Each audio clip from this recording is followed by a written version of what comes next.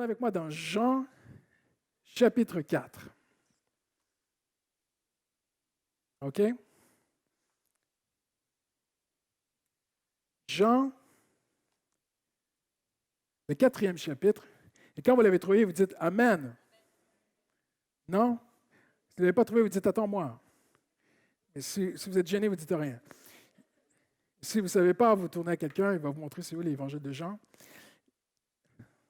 Jean, chapitre 4, verset 1er, il est écrit ceci. Le Seigneur. J'aimerais juste arrêter ici. Il n'est pas écrit Jésus. Il est écrit le Seigneur. Parce que Jésus est Seigneur. Il est le Seigneur Jésus. Et il y a des moments où la Bible veut démontrer que Jésus est plus que juste le Fils de l'homme. Il est vraiment Dieu. Il est le Fils de Dieu, mais il est le Dieu aussi de l'Ancien Testament. Jésus est Dieu. Jésus est Dieu. Jésus est autant Dieu et autant présent dans l'Ancien Testament que dans le Nouveau Testament. C'est juste que c'est un peu plus secret dans l'Ancien Testament. Et le Seigneur Jésus a une histoire d'amour inexorable avec Éphraïm qui va arriver jusqu'au puits de Jacob. Rien n'est fait pour rien. Et c'est extraordinaire quand Dieu ouvre les Écritures. On découvre que chaque fait et geste de notre Seigneur est inspiré de Dieu. Le fait qu'il s'assoie au puits de Jacob remonte à peut-être plus de 1000 ans d'histoire. Il y a peut-être 1000 ans d'attente de la part de Dieu pour ce moment où Christ va s'asseoir au puits de Jacob, là où Jacob a donné une terre à son fils Joseph, avec un mont Gérazim d'un côté et le mont Ébal de l'autre côté. Et tout ce que Jésus est en train de faire, le positionnement de Jésus au puits de Jacob est l'accomplissement d'une attente énorme qui prouve que Dieu ne lâche jamais. On remonte à Jacob, OK? Parce que Jésus est au puits de Jacob. On remonte à Jacob. Jacob doit passer la bénédiction d'Abraham de père en fils. C'est la plus grande bénédiction qui existe sous le soleil. C'est la bénédiction d'Abraham. Dieu a béni Abraham. Abraham a passé la bénédiction à Isaac. Isaac a passé la bénédiction à Jacob. Et Jacob, maintenant, doit la passer à Joseph. Mais Joseph va mettre ses fils devant. OK? Donc, n'oubliez pas, Jacob, Joseph, Jésus au puits de Jacob. Ça va? C'est pas trop compliqué? On n'est pas à la Sorbonne, hein? On est à l'église, on regarde des choses simples. Et Dieu a tellement aimé Éphraïm, il a voulu l'honorer. Parce que Éphraïm n'était pas l'aîné, Éphraïm était le cadet. Il ne devait pas recevoir la bénédiction, cette bénédiction de Jacob. Mais la Bible dit, inspiré de Dieu, Jacob a mis ses mains sur Manassé l'aîné et sur Éphraïm le cadet. Et lorsqu'il est arrivé pour faire ça, il a croisé ses mains. Et Joseph, le papa, a dit « Non, c'est pas comme ça. » Il a dit « Oui, c'est comme ça. » Et il a mis la bénédiction d'Abraham, la bénédiction de l'aîné sur le cadet, sur Éphraïm. Parce que Dieu a aimé Éphraïm. Dieu avait quelque chose pour Éphraïm. Dieu savait le cœur, il connaissait quel cœur avait Éphraïm. Et Dieu s'est dit, je vais le prendre lui comme un exemple pour tous les hommes, pour montrer, peu importe comment tu es rebelle, dur, pécheur, tout le reste, Dieu t'aime. Et l'amour de Dieu ne lâchera jamais. Dieu a tellement aimé Éphraïm qu'il lui a fait une place dans les 12 tribus d'Israël. Éphraïm ne devait pas être une tribu d'Israël. Ça devait être les 12 fils de Jacob. Je n'ai pas le temps de vous expliquer aujourd'hui. Mais Dieu a fait les choses en sorte que Éphraïm, qui ne devait pas être une tribu, est devenu non seulement une tribu, il est devenu la grande tribu centrale de tout Israël. Dieu a tellement aimé Éphraïm que Dieu a dit, dans Deutéronome 27, Dieu a dit, vous allez aller à un endroit au cœur d'Éphraïm, au centre d'Éphraïm, il y a 2 monts. il y a le mont Gérazim, qui va être très, très important, et il y a le mont Ébal. Et Dieu dit, quand vous allez arriver avec Josué, que vous allez rentrer en Canaan, vous allez conquérir et tout ça. Mais à un moment donné, dans vos conquêtes, vous allez vous arrêter au mont Ébal. Vous allez prendre de grandes pierres, grosses pierres, et vous allez faire un mur, et vous allez le couvrir de chaux, et avec de la chaux, et sur ce mur, vous allez écrire les commandements de Moïse. Et ce mont va surplomber tout Israël. Ce sera au centre d'Israël. Les commandements de Moïse seront placés au centre d'Israël, au centre d'Éphraïm. Dieu a aimé Éphraïm. Dieu a honoré Éphraïm. Dieu a tellement aimé Éphraïm qu'un petit peu plus bas, en Éphraïm, Dieu a choisi un endroit qui s'appelait Shiloh, je ne sais pas comment dire en français. Shiloh? Vous restez là, ok, j'ai besoin de vous. Shiloh. Et Dieu a choisi Shiloh, et Dieu a dit, là, je vais mettre le tabernacle, la maison de Dieu, l'habitation de Dieu parmi les hommes. Et dans le tabernacle, le lieu très saint, la salle du trône de Dieu. Ce que je dis, c'est biblique. Et Dieu dit, je parlerai à partir de l'Arche de l'Alliance, de dessus l'Arche de l'Alliance, je parlerai. Donc Dieu est assis sur l'Arche de l'Alliance. On peut dire que l'Arche de l'Alliance, c'est le trône de Dieu parmi les hommes. Dieu a mis son trône à Shiloh, au centre d'Éphraïm, au centre d'Israël. Dieu a voulu honorer Éphraïm parce que Dieu connaissait le cœur d'Éphraïm. Dieu savait, et c'est ce que les érudits de la parole de Dieu expliquent très très bien, que Éphraïm viendrait rapidement à un endroit où il deviendrait orgueilleux, hautain, mécontent de Dieu. On parle d'insatisfaction. Un endroit dans ta vie où Dieu t'a béni, Dieu t'a choisi, Dieu t'a oint, Dieu t'a touché, Dieu t'a honoré. Mais les prophètes ont dit que Samarie, parce que Samarie c'était aussi au centre d'Éphraïm, Dieu dit, ils aimaient les palais avec de l'ivoire, ils aimaient le matérialisme, ils aimaient le capitalisme, ils aimaient les choses, les belles choses, ils aimaient les choses de ce monde, ils étaient mondains. Éphraïm était mondain dans son cœur, il y avait quelque chose de caché, c'était la mondanité. Mais Dieu l'a aimé. Et à un moment donné, Éphraïm, à travers toute la bénédiction de Dieu, a regardé à côté les autres peuples. Il a commencé à être déçu de Dieu. Alors, qu'est-ce que Dieu fit? Il fit venir David, le roi David. Et le roi David prit le trône de Dieu parmi les hommes. Il a dit, je veux qu'il soit près de moi à Jérusalem. Là, aujourd'hui, en ce jour, Jérusalem, c'est le centre religieux du monde entier. Mais à l'époque, ça ne l'était pas. À l'époque, Jérusalem n'appartenait même pas à Israël. Ça appartenait aux Yébousiens. Ça appartenait à d'autres peuples. C'était une petite ville qui n'était pas conquise, qui valait rien, qui était insignifiante, Jérusalem. Et David a conquis Jérusalem. Il a mis son palais. Il a dit, moi, je veux que le trône de Dieu, l'Arche de l'Alliance, la présence de Dieu vienne vivre près de moi. Et David a fait quelque chose d'incroyable. Il est allé en Éphraïm, à Shiloh, et nous, on lit ça dans la Bible, mais on ne pense pas aux conséquences souvent derrière. Il a retiré l'Arche de l'Alliance, il a fait une grande célébration jusqu'à Israël, mais pensez à Éphraïm qui sont restés derrière. La honte qui est tombée sur eux. Nous étions le centre. Nous étions la capitale. Nous étions la fierté d'Israël. Nous étions l'orgueil d'Israël. Nous étions tout. Nous étions l'épicentre spirituel du peuple de Dieu. Et maintenant, le trône de Dieu est parti. Et la Bible dit que leur cœur a commencé à devenir dur. Ne pas voir le message de Dieu derrière tout ça. Alors, Salomon est venu. Et Salomon a fait encore pire. Salomon a construit un grand temple à Jérusalem. Il a dit, la maison de Dieu, le tabernacle de Dieu, la tente d'assignation de Moïse qui est à Shiloh, c'est terminé. Maintenant, c'est à Jérusalem.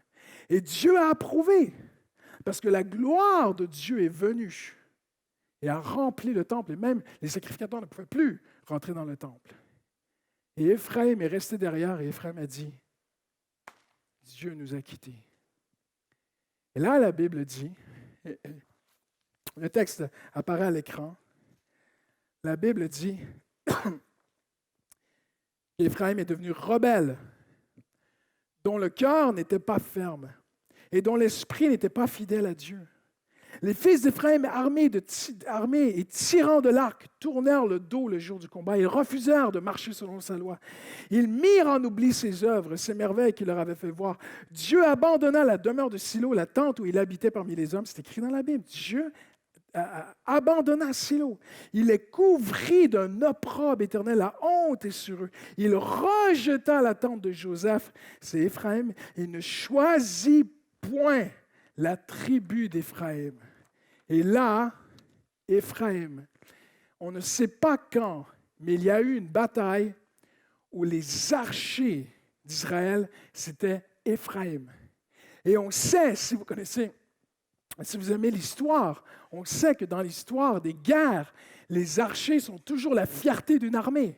Quand les archers débarquaient et qu'ils tiraient des milliers de flèches sur l'ennemi, c'était la fierté dans le combat. Si vous allez au Louvre et que vous allez voir la section de Babylone, vous allez voir de grandes fresques murales extraordinaires, très, très jolies, des archers de Babylone. Les archers, c'était comme on dirait aujourd'hui le Air Force, ou je ne sais pas comment dire en français, mais la force aérienne d'une armée. C'était la fierté. Éphraïm était la fierté d'Israël. Et la Bible dit qu'ils étaient au combat. Ils ont baissé l'arc. Ils ont abandonné Dieu. Ils ont tourné le dos. Ils ont dit non, nous on va faire notre truc. Et après Salomon, ils viennent voir Roboam et ils disent, on n'est plus avec vous.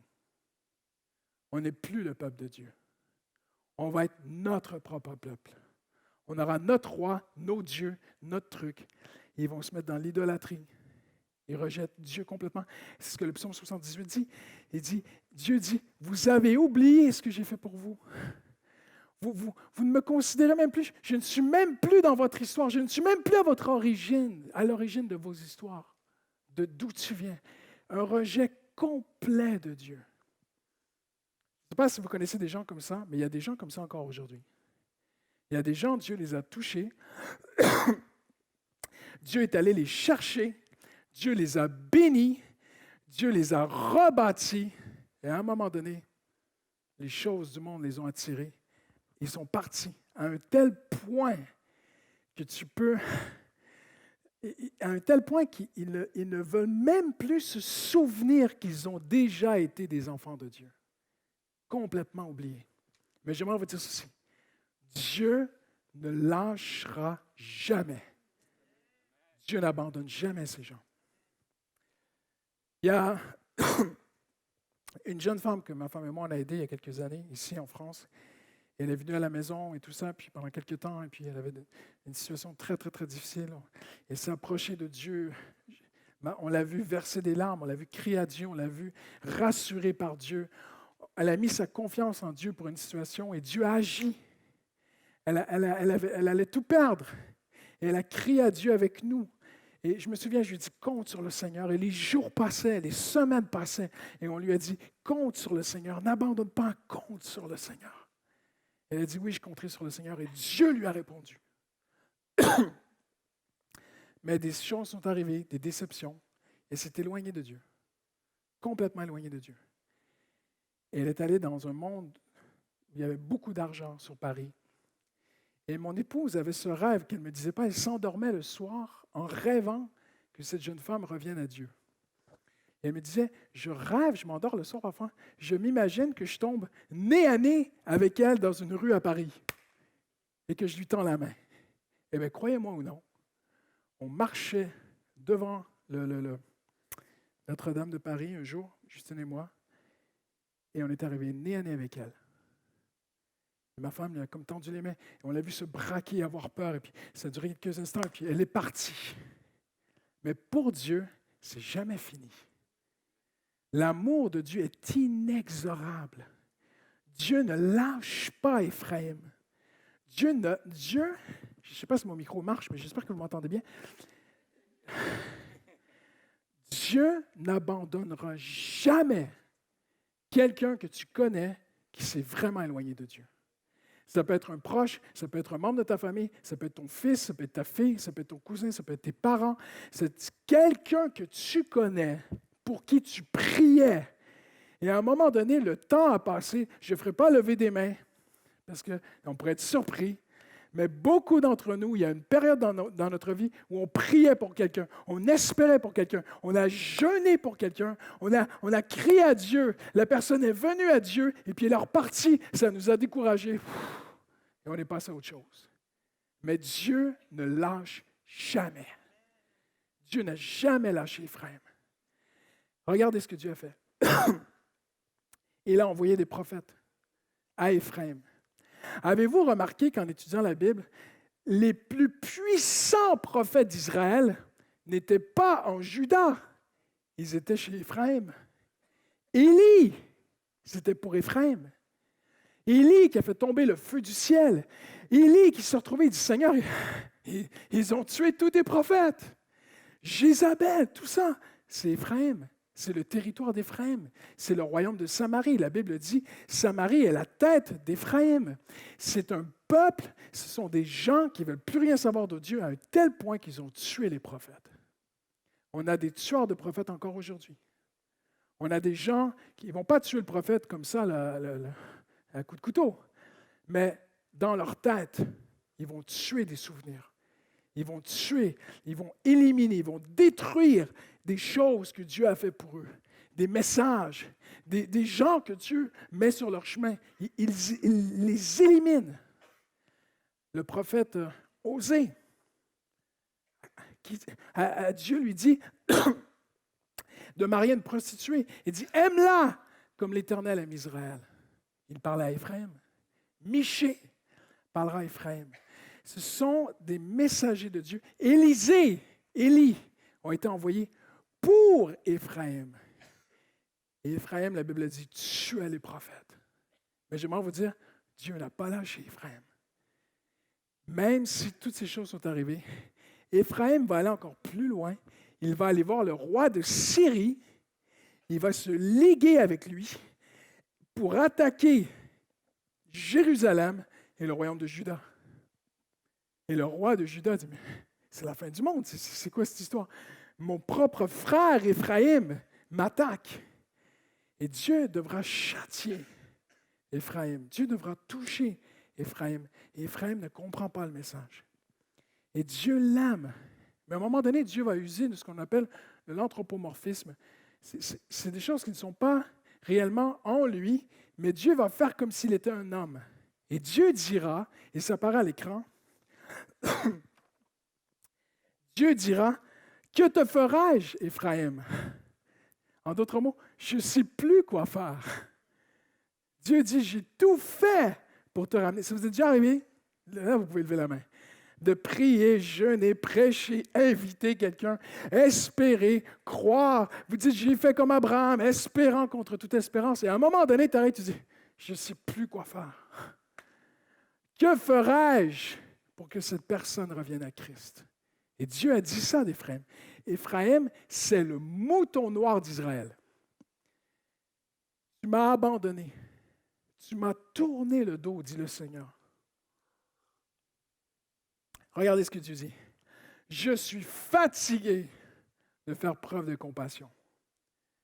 Mais Dieu ne se fatigue jamais. Donc, c'est qu'une image. Et Dieu essaie de faire comprendre à Éphraïm, ça fait des siècles. Là, ce que j'ai fait, là, on a traversé des siècles ensemble. Et Dieu dit, ça fait des siècles que j'essaie de parler à ton cœur. Ça fait des siècles que j'essaie de te ramener. Ça fait des siècles que j'envoie des gens te tendre la main et tu refuses constamment. Et Dieu dit, je ne sais plus quoi faire. Mais quelque chose d'extraordinaire, c'est que Dieu ne lâche jamais. Et on arrive à la fin où Babylone entoure Jérusalem. Éphraïm a été rasé par les Assyriens, parce qu'ils ont ouvert les portes au mal. Alors, vous savez, souvent on parle pas trop du jugement de Dieu à l'Église, mais c'est une réalité. Le jugement de Dieu, voici comment je le comprends en partie, c'est que souvent Dieu n'a même pas besoin de frapper. On ouvre nous-mêmes les portes à la destruction. Comprenez-vous ce que je veux dire? Et Éphraïm a lui-même ouvert les portes. Il a fait de la sorcellerie. La Bible dit que les rois d'Éphraïm s'enivraient. Je m'excuse, je ne veux pas manquer de respect dans la maison de Dieu, mais c'est écrit dans la Bible. Ça dit, ils vomissaient sur les tables, ils continuaient à boire, ils invoquaient des sorciers et tout ça. Ils ont tellement ouvert les portes au mal que le mal est venu détruire Éphraïm, de détruire le royaume d'Éphraïm. Et on arrive à un endroit où c'est bientôt la fin maintenant. Et Babylone entoure Jérusalem. Et il y a un prophète qui s'appelle Jérémie. Et Dieu va dire quelque chose d'incroyable.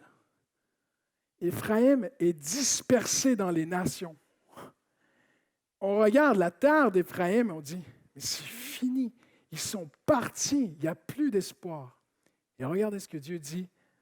Il confie son cœur céleste à Jérémie et lui dit, et par Jérémie, il parle à Éphraïm. Là, ce que vous allez lire, c'est à Éphraïm qu'il parle. Je t'aime d'un amour éternel.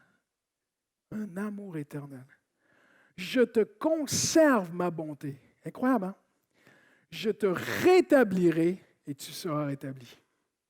Il y a une traduction qui dit, je te rebâtirai, Éphraïm. Tu seras vraiment rebâti. Tu resplendiras encore. Je vais les conduire vers des torrents d'eau par un chemin tout droit qui ne trébucheront pas. Éphraïm est mon premier-né. Leur vie sera pareille à un jardin arrosé. Ils ne dépériront plus.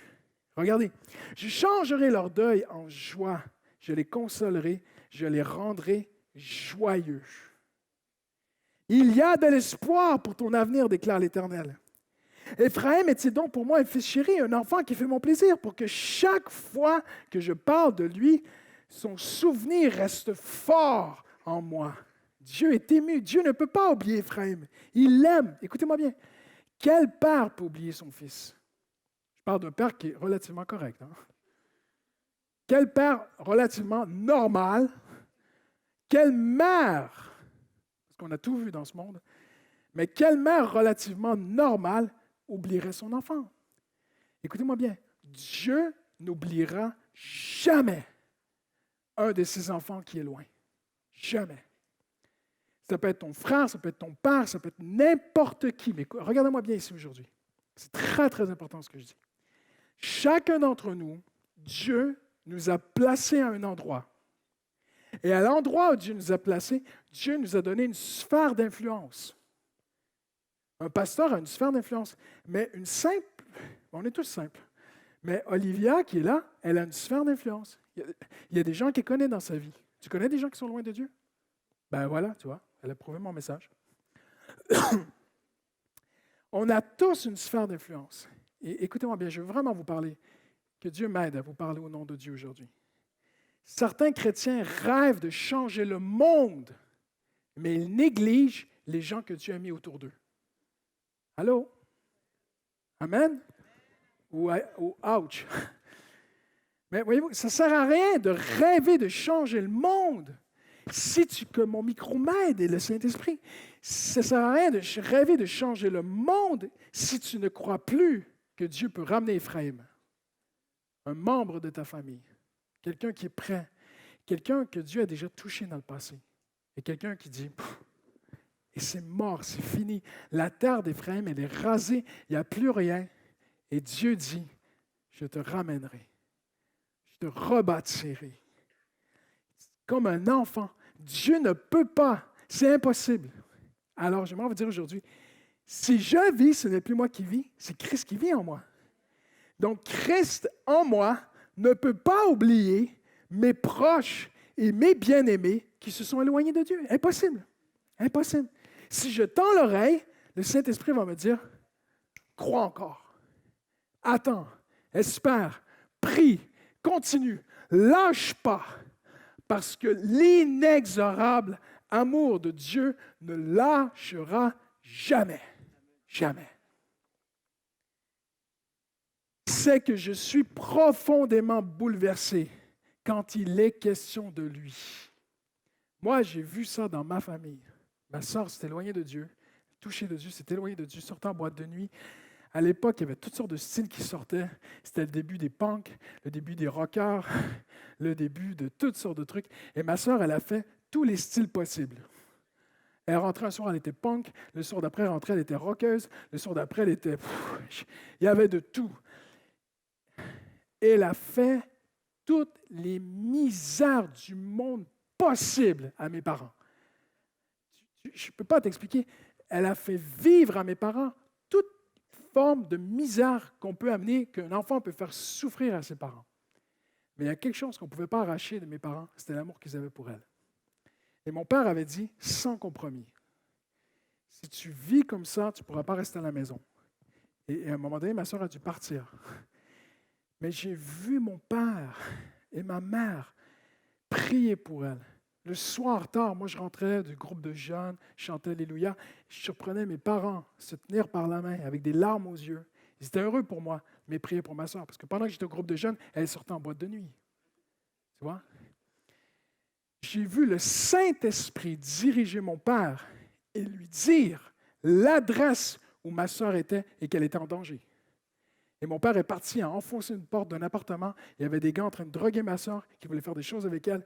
Et mon père est rentré au nom du Saint-Esprit. Il a dit, personne ne touche à elle. Les gars ont eu peur de mon père. Mon père a pris sa fille et est rentré à la maison. Ça, c'est l'inexorable amour de Dieu. J'ai vu un jour mon père prier et le Saint-Esprit lui dire, lève-toi, va la chercher. Le Saint-Esprit lui disait, elle est dans un parc. Elle est là-bas, dans tel parc, va la chercher. Mon père arrivait, ma soeur était en train de ramper. Elle était saoule, ivre, morte. Elle essayait de rentrer à la maison et elle était en danger. Et mon père est venu, l'a pris dans ses bras. Il l'a amené à la maison pour se faire maudire par la suite par sa propre fille. Mais l'inexorable amour de Dieu était là. Et un soir, ma soeur est rentrée, ça a duré des années. Elle est rentrée et s'est mise à genoux devant mes parents, leur a demandé pardon. Je suis arrivé à la maison, c'était réconciliation, c'était larmes. Ma soeur revenait à Jésus-Christ. L'amour de Dieu ne lâchera jamais. J'ai un simple message pour toi aujourd'hui. Ne lâche pas. Si tu pries pour quelqu'un, ne lâche jamais. Parce que l'amour de Dieu est inexorable. Je suis profondément bouleversé. Je ressens beaucoup de compassion, déclare l'Éternel. C'est beau, hein? Ça, c'est l'amour de Dieu. C'est peut-être quelqu'un dans ton entourage, mais à un moment donné, j'aimerais t'encourager par la parole aujourd'hui en terminant. Il viendra un moment qui sera le moment de Dieu. Plus de 1000 ans ont passé. Au début, souvenez-vous, Jacob met les mains sur Éphraïm. Dieu dit, le mont Ébal, Shilo, des siècles plus tard, Jésus arrive. Il s'assoit là où tout a commencé. Jésus est là, en Éphraïm, au puits de Jacob, à côté de la terre que Jacob avait donnée à Joseph, qui a été donnée à Éphraïm. Et Jésus est là. Et il est écrit, il fallait qu'il passe par là. Quand ça dit qu'il fallait qu'il passe par là, ce n'est pas juste une question géographique, c'est une question spirituelle. Il fallait que Jésus s'assoie au puits. Et arrive une femme, la Samaritaine. Vous connaissez l'histoire? Et quand Jésus s'entretient avec elle, ça fait des siècles que Dieu attend ce moment. Et cette femme va s'entretenir avec Jésus. Et elle va pointer une montagne, qui est le mont Ébal. Elle va dire, nous, on croit qu'il faut adorer là. Ils sont là, les commandements de Moïse sur les pierres, encore aujourd'hui. Vous savez, les archéologues ont retrouvé ces pierres. Ils sont là, les pierres et tout. Nous, les Samaritains, on croit qu'il faut adorer là, mais vous, les Juifs, vous dites qu'il faut adorer en Israël. Et tu regardes le contexte, tu dis, c'est pas encore le temps de Dieu. Parce que les Juifs détestent les Samaritains. Mais écoutez-moi bien, quand ça sera le temps de Dieu, je pense que la plupart d'entre nous, on ne le verra même pas venir. Rien ne laisse croire que la prophétie de Jérémie va s'accomplir là. Parce que c'est la haine, c'est le racisme, c'est la division. Les Samaritains et les Juifs se détestent. Mais Jésus a décidé, dans un contexte de racisme, de ramener Éphraïm. Et Jésus s'entretient avec elle. Vous connaissez l'histoire. Elle va au village. Le village revient. Regardez avec moi. Verset 39. Beaucoup de Samaritains de cette ville crurent en Jésus à cause des paroles de la femme qui rendait ce témoignage. Et il m'a dit tout ce que j'ai fait. Là, je vais bousculer votre théologie. Dieu peut faire toutes sortes de choses pour ramener quelqu'un. Vrai? C'est vrai, hein? Dieu peut faire des miracles. Mais ici, Jésus n'a fait aucun miracle. Ses paroles ont touché le cœur de cette femme. Écoutez-moi bien, au-delà des miracles, le plus important, c'est que la parole de Dieu puisse toucher ton cœur. Et là, ainsi donc, quand ils vinrent le trouver, les Samaritains le prièrent de rester avec eux. C'est beau, hein? Éphraïm, qui avait tourné le dos à Dieu, maintenant, prie Jésus de rester. Éphraïm qui priait, Dieu, laisse-moi tranquille. Et l'inexorable amour de Dieu disait, je ne te laisserai jamais tranquille, je t'aime, il faut que tu reviennes à moi. Et là, maintenant, il prie Jésus de rester parmi eux. Et Jésus resta plusieurs jours. Et la Bible dit, un grand nombre crurent à cause des paroles de Jésus. Et il disait à la femme, ce n'est plus seulement à cause de ce que tu as dit que nous croyons, car nous l'avons entendu nous-mêmes et nous savons qu'il est vraiment le Messie du monde. Wow! Il n'y a que moi là qui est content. C'est extraordinaire, non? Là, Dieu est en train de ramener Éphraïm à son cœur. C'est la prophétie de Jérémie 31 qui s'accomplit. Écoutez-moi bien. Si vous connaissez quelqu'un qui est loin de Dieu, gardez focus. Ne l'oubliez pas. Ne le lâchez pas. Espérez comme Abraham, espérant contre toute espérance. Priez pour cette personne. Continuez si vous jeûnez, si votre santé vous le permet, continuez de jeûner pour cette personne, intercédez pour cette personne et croyez que Dieu, un jour, ramènera à lui Éphraïm. Rien n'est impossible à Dieu. Quand j'ai invité les musiciens à s'approcher, j'ai terminé.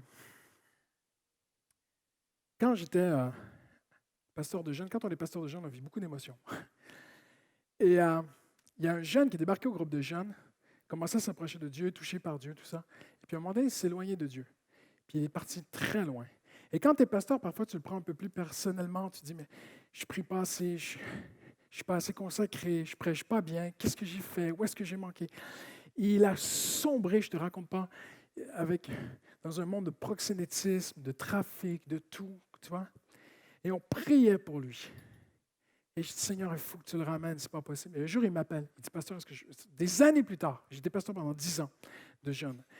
Et un jour, il me rappelle, il dit, est-ce que je peux te voir? Je dis, oui. Il débarque dans mon bureau, fringué, tu sais, ils sont tous comme ça. Il y a une marque qui s'appelle M'as-tu vu?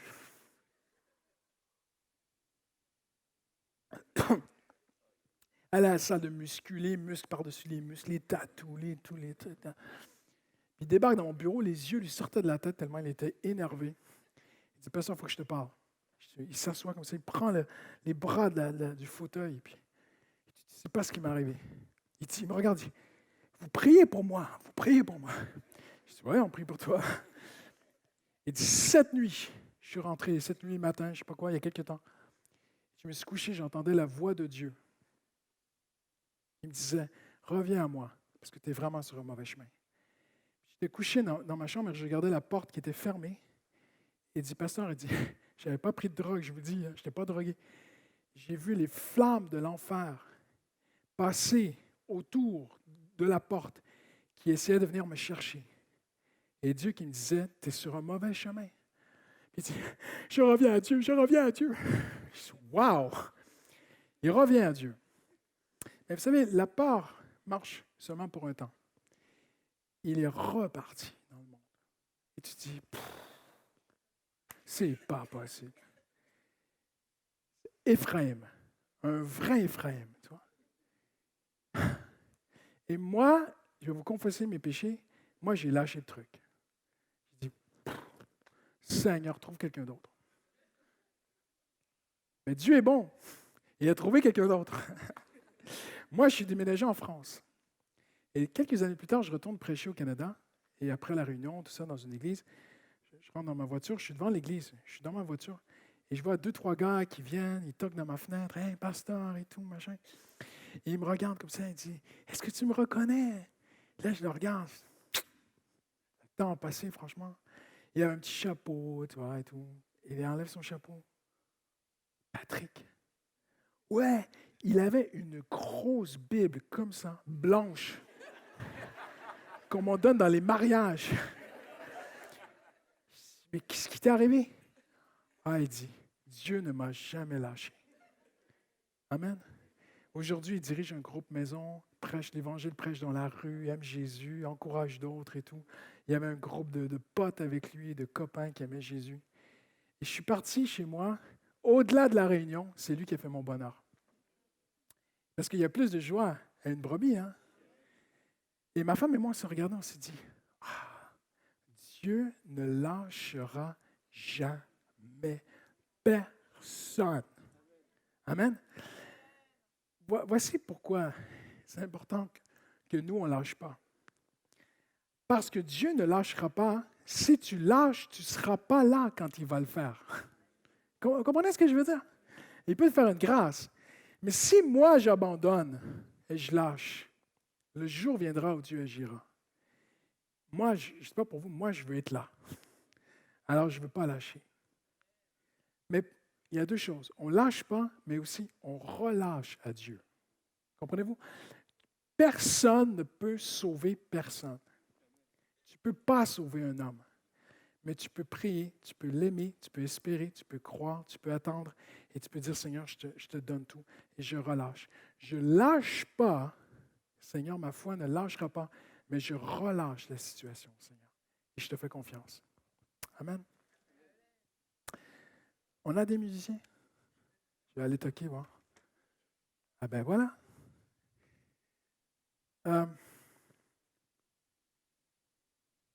En terminant aujourd'hui, peut-être que c'est toi, Ephraim. Peut-être que tu es ici aujourd'hui, tu dis, oh là là, je ne répondrai jamais à cet appel. Tu as dépeint Ephraim comme un des plus méchants d'Israël. Je ne vais surtout pas lever ma main pour prier et dire que c'est moi. Ton histoire n'est peut-être pas comme Ephraim, mais peut-être que tu t'es éloigné de Dieu. Et aujourd'hui, Dieu n'a pas besoin de conférences extraordinaires. Et il y a des moments pour ça. Il y a quelques semaines, j'étais dans une grande conférence de jeunes, c'était beau. Mais Dieu peut prendre une réunion ordinaire et faire quelque chose d'extraordinaire dans ta vie. Dieu a inventé l'Église pour ça. Que ce soit un endroit où on s'approche de Dieu, un endroit où on revient à Dieu. Et je demandais à tout le monde de baisser la tête en terminant. Mais peut-être qu'il y a une personne ici aujourd'hui, tu t'es éloigné de Dieu. Et aujourd'hui, c'est ton moment au puits de Jacob. Jésus et toi. Et le Seigneur te ramène à lui aujourd'hui. Et il y a quelque chose, c'est inexplicable. Je ne sais pas comment peut-être tout t'expliquer, mais il y a quelque chose qui se passe à l'intérieur de toi. C'est la voix de Dieu qui te parle. C'est le Seigneur qui te dit, aujourd'hui, je veux que tu reviennes à moi. Je ne veux pas t'exposer, je ne veux pas te livrer un spectacle, je ne veux pas me servir de toi. On n'est pas ici pour faire du chiffre à l'Église, nous. Le plus important, c'est que tu reviennes à Dieu. Et si tu t'es éloigné de Dieu, et aujourd'hui tu veux dire, Seigneur, je veux réaliser, je veux être vrai, je suis comme Ephraim. Dieu m'a touché, Dieu a fait des choses pour moi dans le passé, mais je me suis éloigné de Dieu. Mais aujourd'hui, je veux revenir à Dieu. J'aimerais juste que tu fasses un signe, pas pour moi, mais pour Dieu. Juste que tu lèves la main et que tu dises à Dieu, je suis là, Seigneur. Je suis là, Seigneur, je reviens à toi, Seigneur. Merci, merci, merci. Merci pour ces mains. Tu le fais pour le Seigneur aujourd'hui. C'est entre Dieu et toi. Tu ne le fais pas pour moi, tu ne le fais pas pour l'Église, tu le fais pour ton Jésus. Je me suis vraiment éloigné de toi. J'étais dur, Seigneur. Il y a quelque chose en moi qui est comme Ephraïm. Merci pour ta main. Mais aujourd'hui, vous pouvez baisser la main. Merci. Mais aujourd'hui, Seigneur, je veux revenir à toi. Alléluia. Seigneur, tu vois ces gens, Seigneur. Je les ramène à toi, Seigneur. Tu leur dis ce que tu as dit à Ephraïm.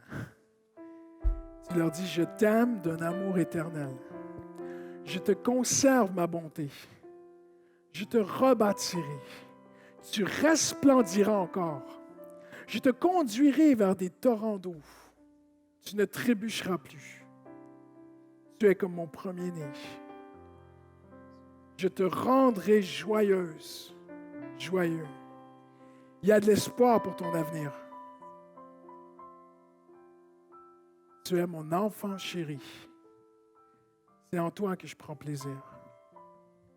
Chaque fois que je parle de toi, j'ai un souvenir si fort en moi. Je suis profondément bouleversé lorsqu'il est question de toi. Et je ressens beaucoup de compassion pour toi, déclare l'Éternel. Alléluia. Est-ce que tu peux juste commencer à prier là où tu es, juste dire, Seigneur, je reviens à toi aujourd'hui.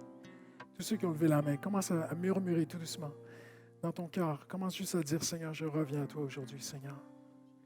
Je reviens à toi, Seigneur.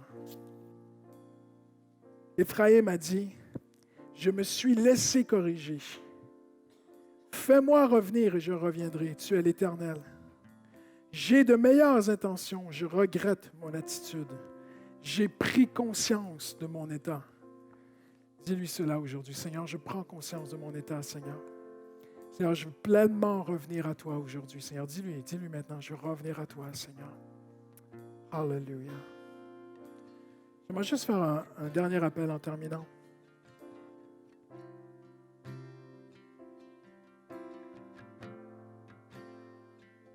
Je parlais à mes frères et sœurs en Jésus. Si Dieu t'a demandé de prier pour quelqu'un, mais avec le temps, tu t'es découragé. Et c'est difficile, tu dis, je ne vois rien qui me permettrait de croire. Mais tu veux dire, Seigneur, je veux être comme toi. Aide-moi à être comme toi, Seigneur. J'aimerais juste que tu puisses lever la main, comme une confession aujourd'hui en terminant. Seigneur, aide-moi à ne pas lâcher, Seigneur. Je prie pour un proche. Beaucoup de mains qui se lèvent. Seigneur, je prie pour un proche, Seigneur. Aide-moi à ne jamais lâcher. Je veux vivre l'inexorable amour de Dieu. Alléluia. Est-ce qu'on peut se lever en terminant tous ensemble? On va se lever. On va juste tendre nos mains vers le Seigneur. Commence à prier. Commence maintenant, là, prie pour cette personne. Quelqu'un que tu connais qui s'est éloigné de Dieu, prie pour lui, prie pour elle maintenant. Commence à prier. Seigneur, ramène-moi à l'intercession, ramène-moi à la foi, ramène-moi à croire, Seigneur. Je vais être comme toi, je ne veux jamais lâcher, Seigneur.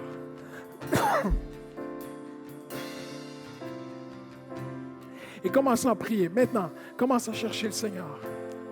Place-toi devant Dieu maintenant. Alléluia.